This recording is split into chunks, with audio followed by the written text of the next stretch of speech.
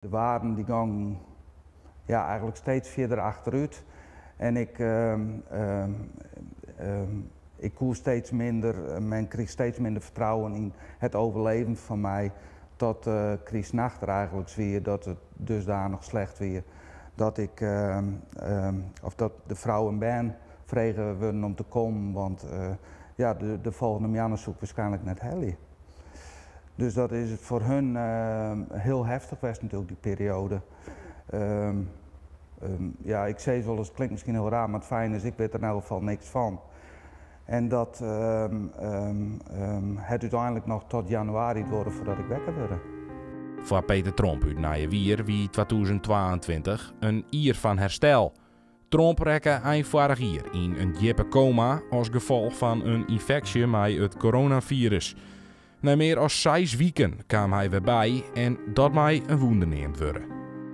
Ik weet nog wel dat het wekker was en dat dan die op een gegeven moment realiseert van hey, ik ken helemaal niks meer, want ik kon totaal niet bewegen, ik kon niet praten. Dus het eerste gevoel was Christ, ik zit gevangen in mijn eigen lichaam. Want die holle doet het in principe wel, die geest is wel actief. Er komen al die vragen naar boven en vooral op het gebied van ja, wat zal ik ooit weer kennen en jongens, wat is mij hoe kwam en wat gaat er gebeuren en help mij alsjeblieft. Maar na 6 hele weken coma, zeg maar, en nou een haast niet je verder, je zou weer zitten, dat lijkt me van jezelf echt wel een overwinning. Ja, dat is zeker een overwinning en heel letterlijk eerst in Beestersweg en later in Dokkum bij Revalidatie Friesland ben je maar niks begonnen en elke centimeter was maar in beweging, makkers wie een overwinning. En elk woord was beter koers uitspreken wie een overwinning. Het is heel bizar.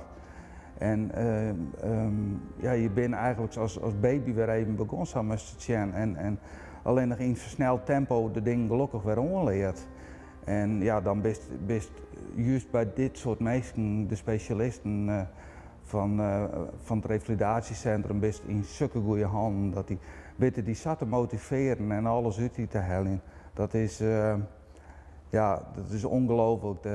Daar zie ik nog op waarom dat ik heel dankbaar ben dat ik daarbij geweest ben. En dat ze me die kans hebben begeleid hebben.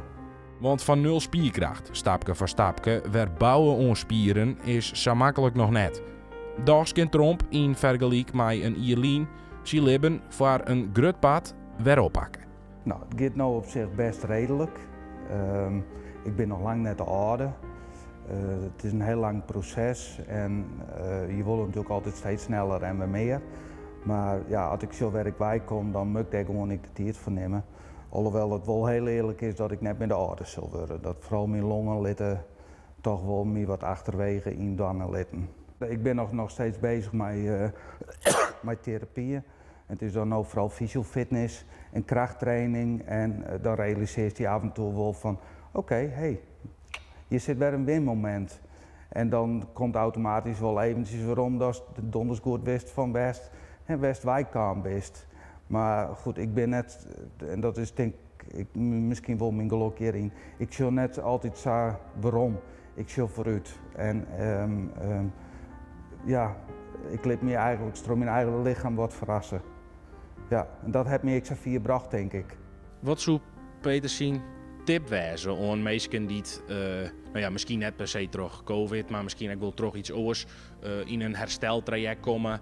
Hoop houden dat het weer goed kan komen. Ik heb geluk gewoon dat ik een heel lang kaam ben. Ik weet dat er mensen binnen die gewoon dat geluk net gewoon hebben en maar heel veel beperkingen blowen zitten, dus daar hebben ze net altijd invloed op. Maar low in jezelf, ging ervoor, luister die goed naar die specialisten om die heen, want die zijn er om die echt te helpen en om die handvaten te jan. En dat is soms wel eens dat je denkt van wat heeft dit voor zin? Dat heb ik wel eens gedacht.